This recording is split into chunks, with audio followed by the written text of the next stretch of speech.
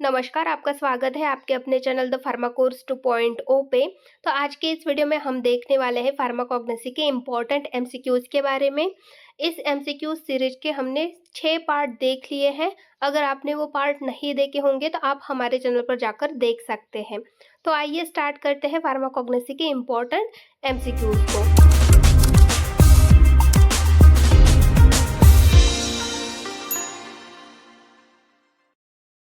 तो सबसे पहला हमारा एमसीक्यू है MCQ number 151। Phytoconstituents which are derived from 2 or more isoprene molecules are. तो ऐसे फाइटो कंस्टिट्यूएंट जो कि 2 या फिर 2 से ज़्यादा आइसोप्रीन मॉलिक्यूल से डिराइव किए गए हैं, ऐसे फाइटो कंस्टिट्यूएंट्स को क्या बोला जाता है? ऑप्शंस दिए गए हैं। ए कार्बोहाइड्रेट, बी टैनिन, सी टर्पेनॉइड्स, डी नन। तो ऑप्शंस में से ऐसा कौन सा फाइटो कंस्टिट्यूएंट है जो कि 2 या फिर 2 से ज़्यादा आइसोप्रीन मॉलिक्यूल से डिराइव किया जाता है? तो ऐसा जो फाइटो कंस्टिट्यूएंट है वो है टर्पेनॉइड्स। टर्पेनॉइड्स ये 2 या फिर 2 आइसोप्रीन मॉलिक्यूल से डिराइव किया जाता है। तो यहाँ पर आपका सही आंसर आएगा option number C, terpenoids. Then next है MCQ number 152। What is the molecular formula of isoprene? Isoprene का मॉलिक्यूलर फॉर्मूला क्या है, ये यहाँ पर हमें पूछा है। ऑप्शंस देख लेते हैं।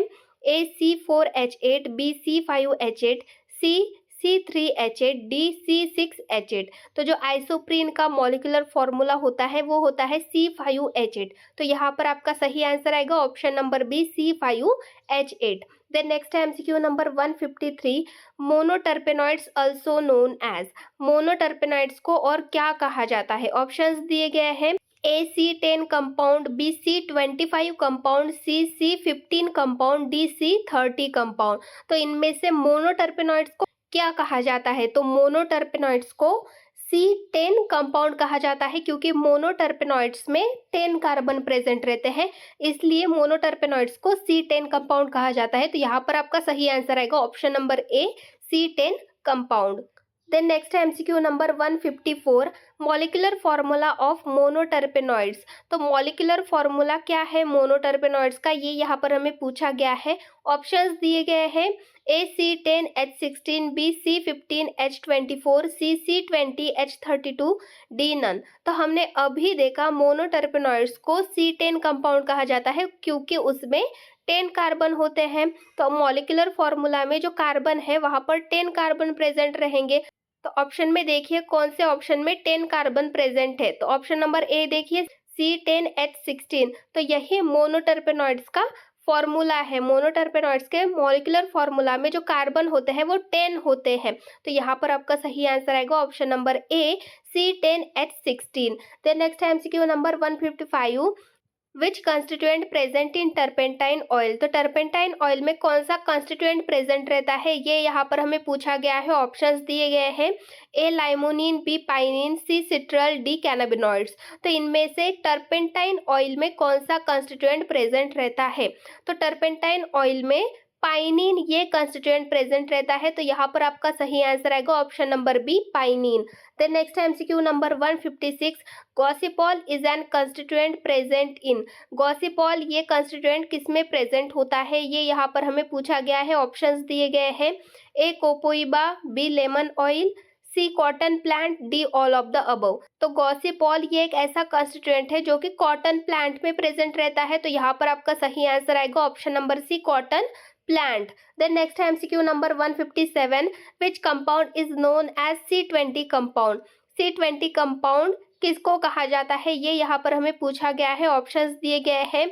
ए सेस्क्विटर्पेनॉइड्स, बी डाइटर्पेनॉइड्स, सी ट्राइटर्पेनॉइड्स, डी पॉलीटर्पेनॉइड्स।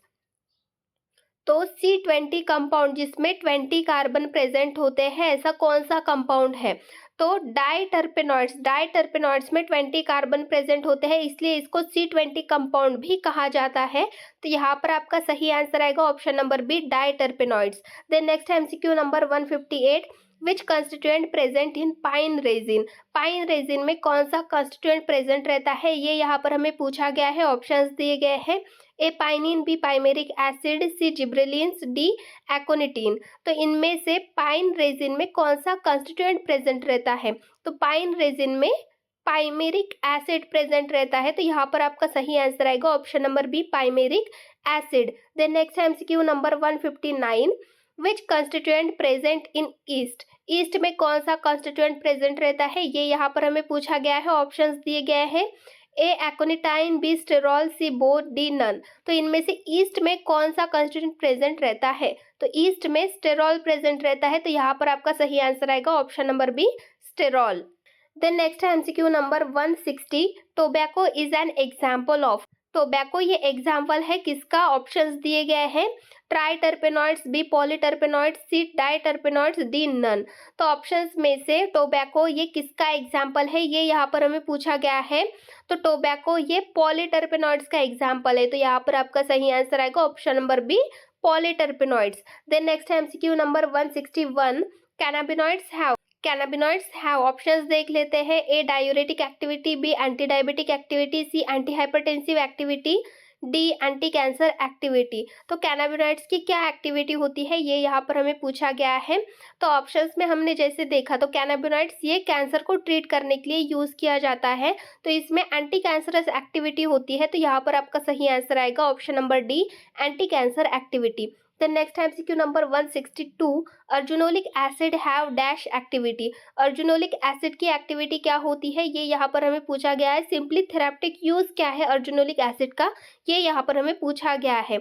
ऑप्शंस देख लेते हैं, ए एंटी एंजाइनल, बी डायूरेटिक, सी एंटी हेलमिंटिक, डी एंटी न्यूप्लास्टिक। तो इनमें से अर्जुनोलिक एसिड की एक्टिविटी क्या है, तो अर्जुनोलिक एसिड ये एज अ डायूरेटिक करके यूज किया जाता है, तो arjunolic acid have diuretic activity, तो यहाँ पर आपका सही आंसर आएगा option number B, diuretic. Then next MCQ number 163, substance which are liquid at 15.5 degree Celsius are term as, तो ऐसे सब्सटेंस जो कि लिक्विड फॉर्म में रहते हैं एट टेम्परेचर 15.5 डिग्री सेल्सियस, इस टेम्परेचर पे भी लिक्विड फॉर्म में रहते हैं, उन सब्सटेंस को हम कहते हैं। ऑप्शंस में दिया गया है, A fat, B resin, C fixed oil, D volatile oil. तो इनमें से कौन सा ऐसा सब्सटेंस है जो कि 15.5 डिग्री सेल्सियस पे भी लिक्विड फॉर्म में रहता है, तो ऐसा जो सब्सटेंस है वो है फिक्स्ड ऑयल। तो यहाँ पर आपका सही आंसर आएगा option number C, fixed oil. Then next MCQ number 164, which is not an property of fixed oil, options में हमें कुछ प्रॉपर्टीज दी गई है, उनमें से फिक्स्ड ऑयल की प्रॉपर्टी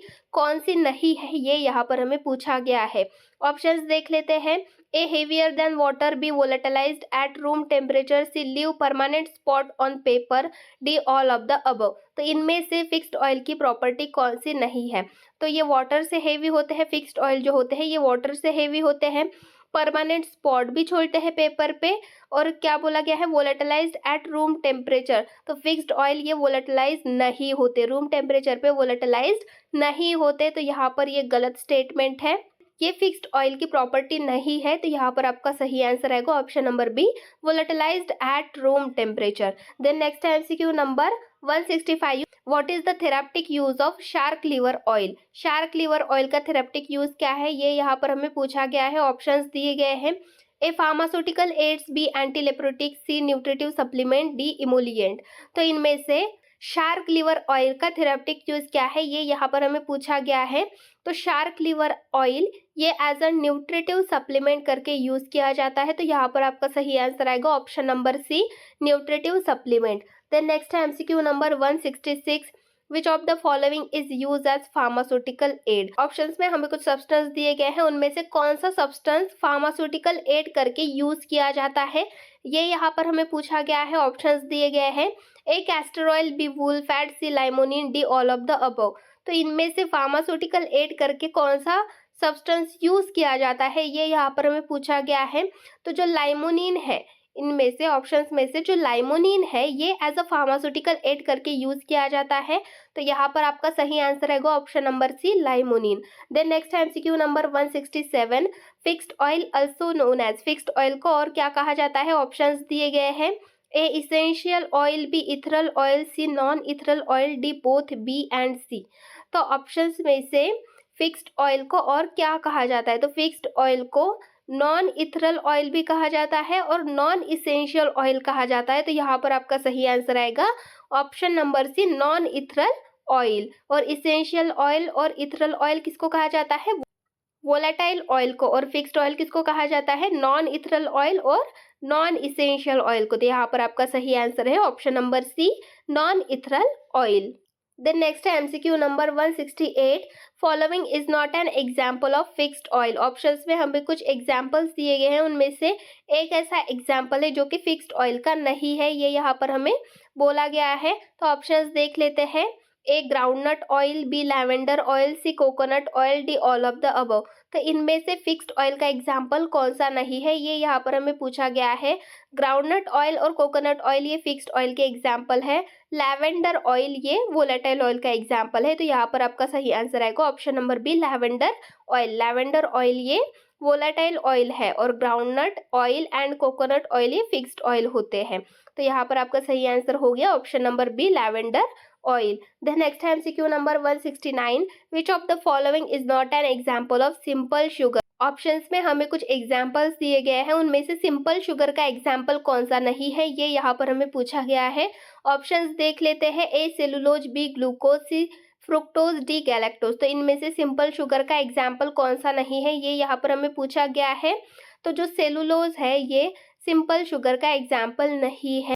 ग्लूकोज, फ्रुक्टोज, गैलेक्टोज ये सिंपल शुगर है और सेलुलोज ये पॉलीसैकेराइड्स होते हैं। तो यहाँ पर आपका सही आंसर आएगा option number A, cellulose. Then next है MCQ number 170, inulin is an. Inulin ये क्या है, ऑप्शंस देख लेते हैं। A simple sugar, B monosaccharide, C disaccharide, D polysaccharide. तो इनोलिन ये क्या है, ऑप्शंस दिए गए हैं, उनमें से इनोलिन ये क्या है। तो इनोलिन ये पॉलीसैकेराइड होते हैं। तो यहाँ पर आपका सही आंसर आएगा option number D, polysaccharides. Then next है MCQ number 171, biose contain. Biose contain options देख लेते हैं। A 2 carbon, B 4 carbon, C 6 carbon, D 8 carbon. तो बायोस में कितने कार्बन होते हैं, 2 कार्बन होते हैं। तो यहाँ पर आपका सही आंसर आएगा option number A, 2 carbon. Then next MCQ number 172, which is an example of triose. Trioses का एग्जाम्पल कौन सा है, ये यहाँ पर हमें पूछा गया है। ऑप्शंस देख लेते हैं।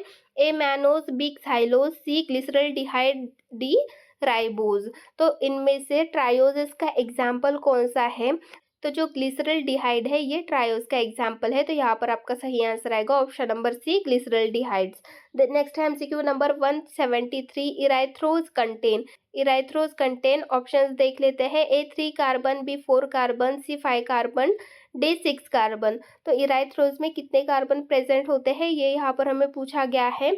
तो इराइथ्रोज कंटेन 4 कार्बन। इराइथ्रोन ये टेट्रोज का एग्जाम्पल है, तो उसमें 4 कार्बन प्रेजेंट रहते हैं। तो यहाँ पर आपका सही आंसर आएगा option number B, 4 carbon. Then next MCQ number 174, sorbose is an example of. Sorbose ये किसका एग्जाम्पल है, ऑप्शंस दिए गए हैं। A tetrose, B pentose, C hexose, D biose. तो सॉर्बोज ये किसका एग्जाम्पल है, इसमें 6 कार्बन प्रेजेंट होते हैं। तो ये हेक्सोज का एग्जाम्पल हो गया। तो यहाँ पर आपका सही आंसर आ गया option number C, hexose. Then next है MCQ number 175, which of the following is important in the photosynthesis. Options में हमें कुछ सब्सटेंस दिए गए हैं, उनमें से फोटोसिंथेसिस के लिए कौन सा सब्सटेंस इंपॉर्टेंट है, ये यहाँ पर हमें पूछा गया है। ऑप्शंस देख लेते हैं।